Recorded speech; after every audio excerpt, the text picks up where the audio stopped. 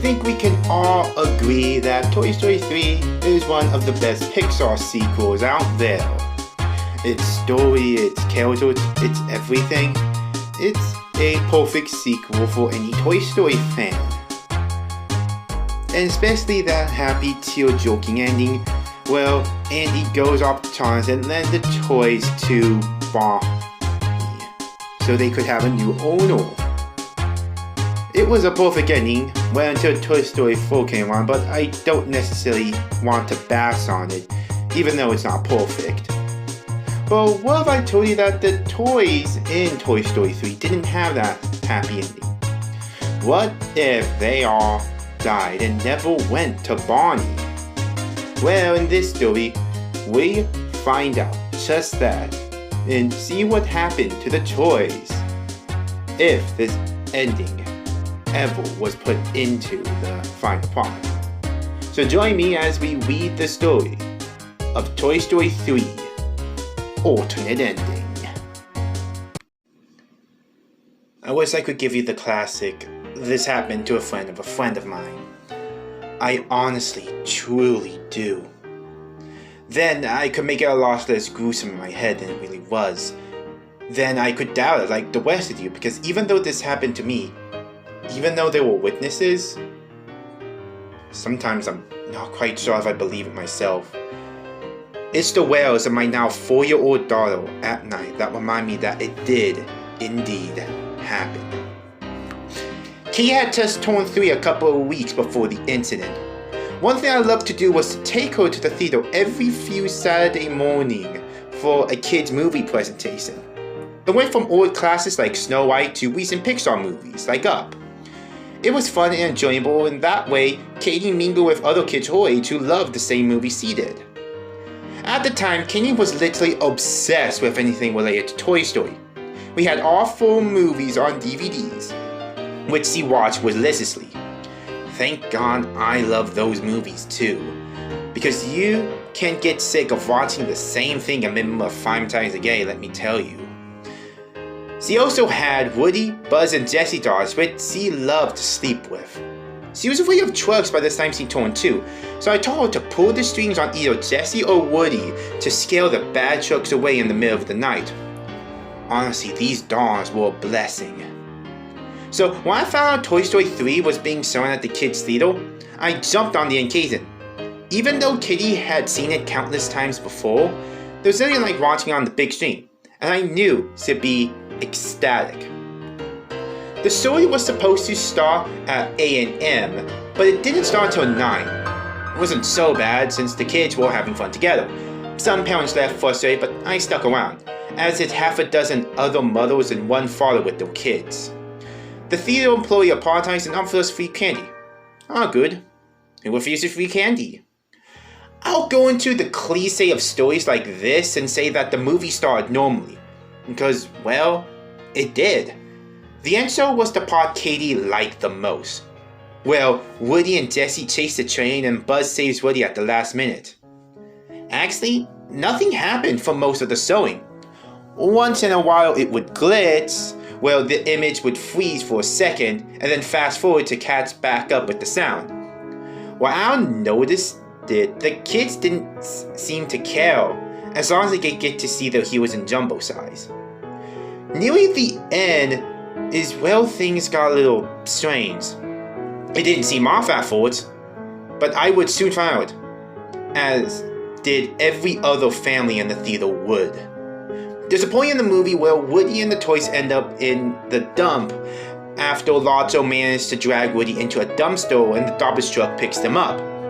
The little pizza plant aliens get taken away by one of the trucks in the dump, and then Woody and his friends are carried into a conveyor belt.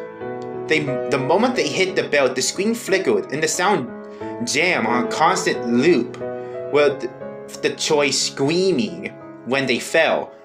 And then we got to look at the well-known blue screen of death, with that awful screaming sound going on and on like a broken record.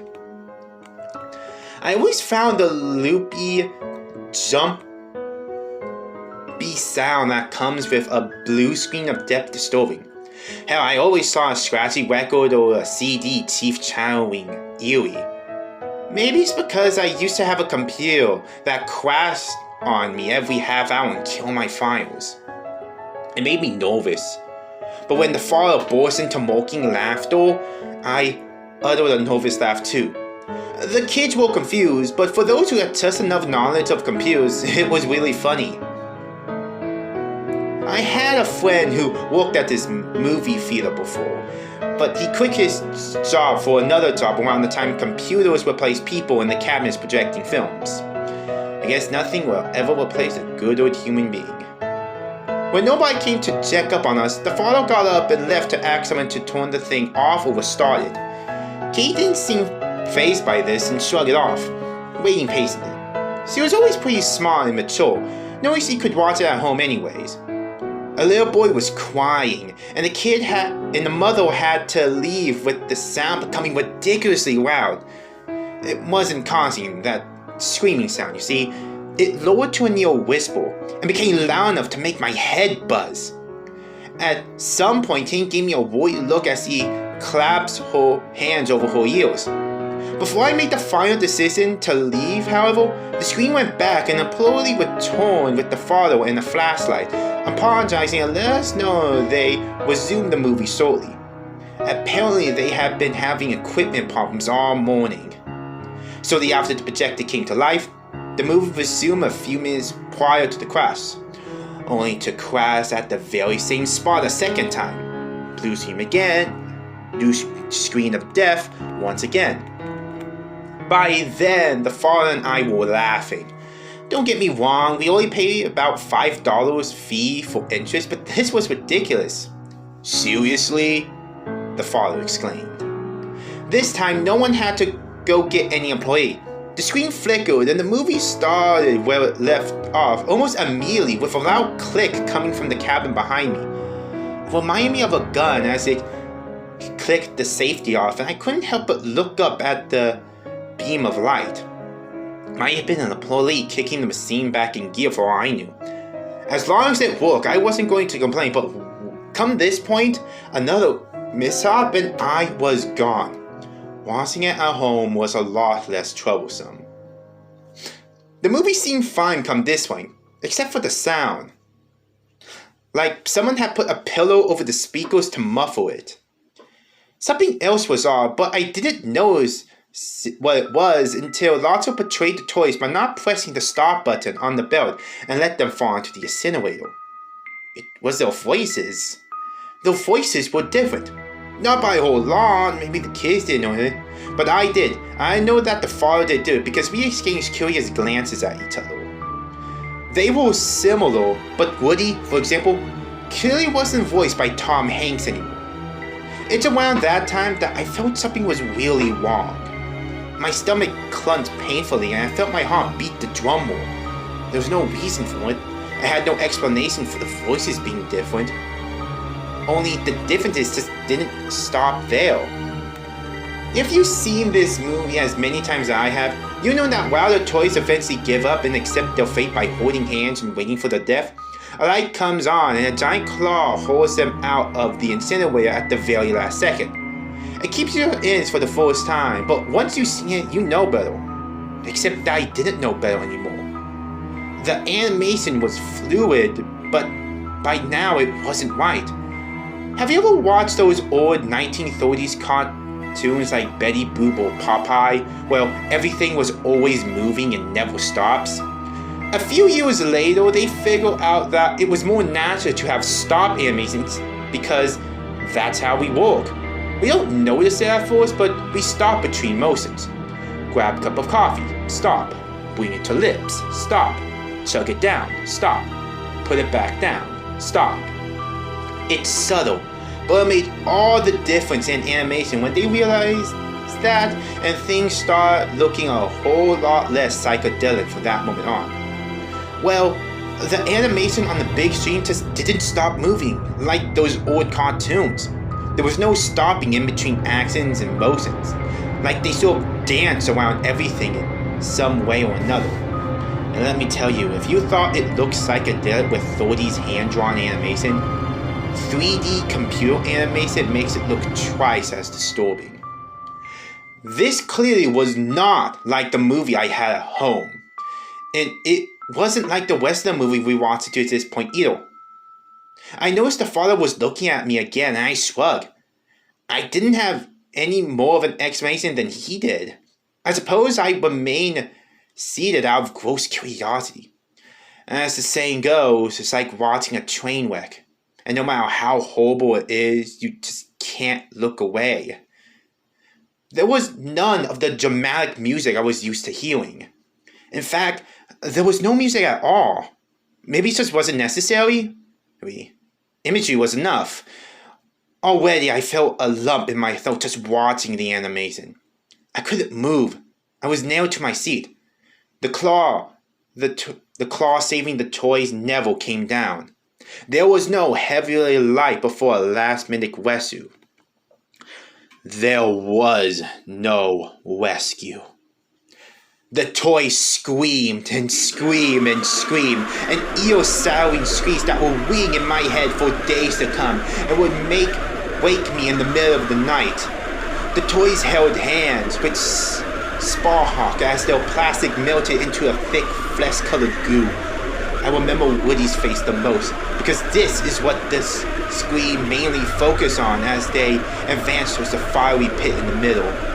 Black puddles popped forth in his cheeks, and then his gaping mouth opened wider, forcing a wide smile that was inhumanly possible.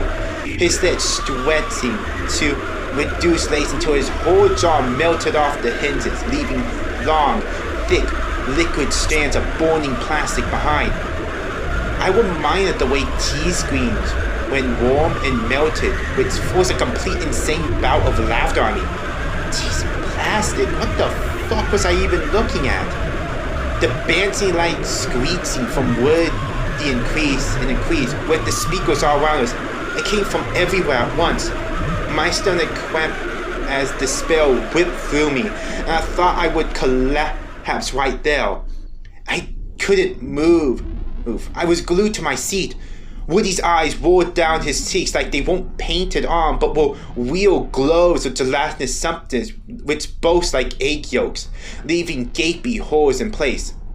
Their eyes, all their eyes, were the only thing that acted as real eyes might, but not like plastic or fabric. Later I realized why. Eyes are the mirror of the soul. Eyes, even if they look painted, are always real. Always. And so as they exploded into a liquid state, so did their souls, burning in the fiery pits of hell. I know it's silly to think that way of a cartoon character, but that's the only explanation I could find for the difference. I'm not sure if it makes me feel any better to think it that way. Actually, it makes me feel worse. Woody's hat had melted over his head and shaped unnaturally, and with it, the fabric of his clothes caught fire in one burst. It crackled like some demonic glass door, bursting into sparks, confessing back, except he didn't go far because his hands were fused with Slinky and Buzz's hands. The screaming was like the sound of pure hell, like screaming from a demon. Voices, though wrong, had sounded human until now. I felt a sob cramp in my hands because I had been holding onto the hands of my seat as though they were my lifeline. And in some way they were. The accident kept me grounded because a part of me feared that I'd end up in that pit and melt up as well if I didn't keep some part of myself in this reality. Most of the photos focus on Woody, but you got a glimpse of the other toys too. Toys like Buzz, Rex, and Jessie, toys that were made exclusively of plastic, melted quickly into disturbingly colorful goo.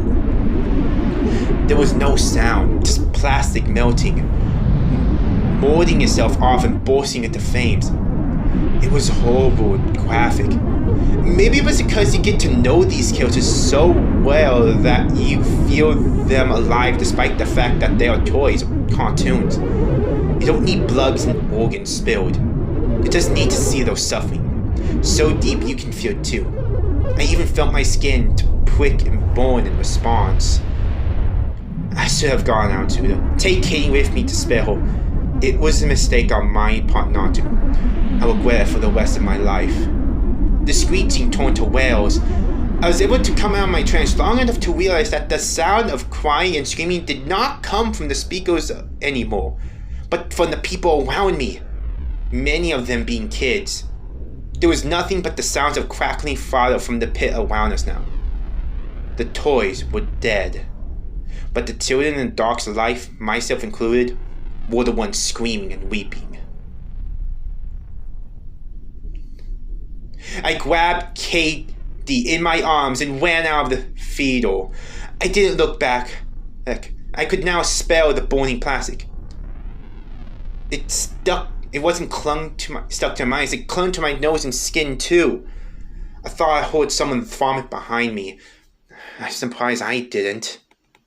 I noticed a father with his crying son and daughter, though, had scurried past me.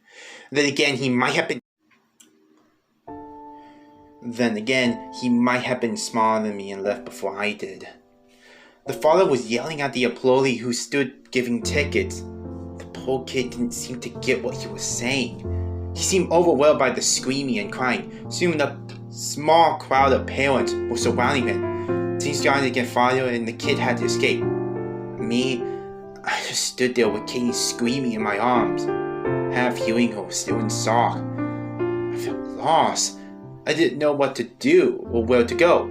Should I go home, join the mom of angry parents and wailing children, go to the police? What? My feet moved on their own and I let my instincts take over. The door. I was leaving. It was better for Katie anyway, to keep her away from this place. I felt empty and the smell of burned plastic seemed even stronger as I stepped outside. When a hand grabbed my arm, I jumped and yelled. It was the father with his child in his arms, sobbing in his shoulder. It turned out that his name was Jeremy. We exchanged phone numbers after he told me he would see to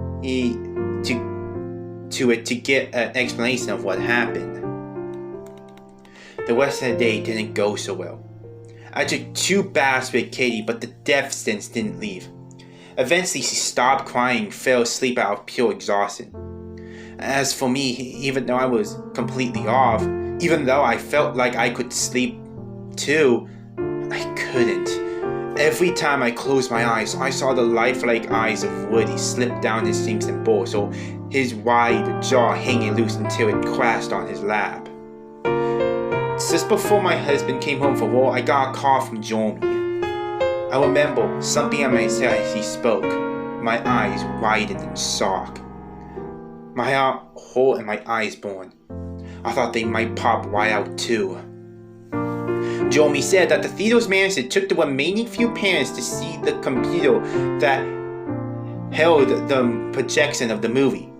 Sure enough, they found a virus stored there, which streamed a homemade version of the movie. But the streaming led to nowhere. Jeremy's job was to hand it clear, so he was able to look through it for those who couldn't.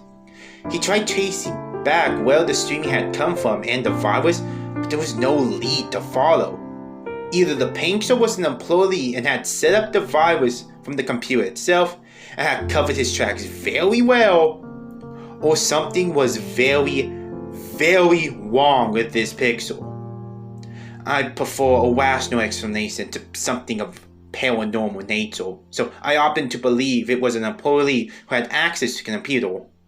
Either way, other than the corrupted files that the virus had left behind, there was no evidence of the disturbing footage we watched. It was gone forever. That was little more than a year ago. Everything related to Toy Story has left my house. My husband, he wants to believe us, but I can tell he's skeptical.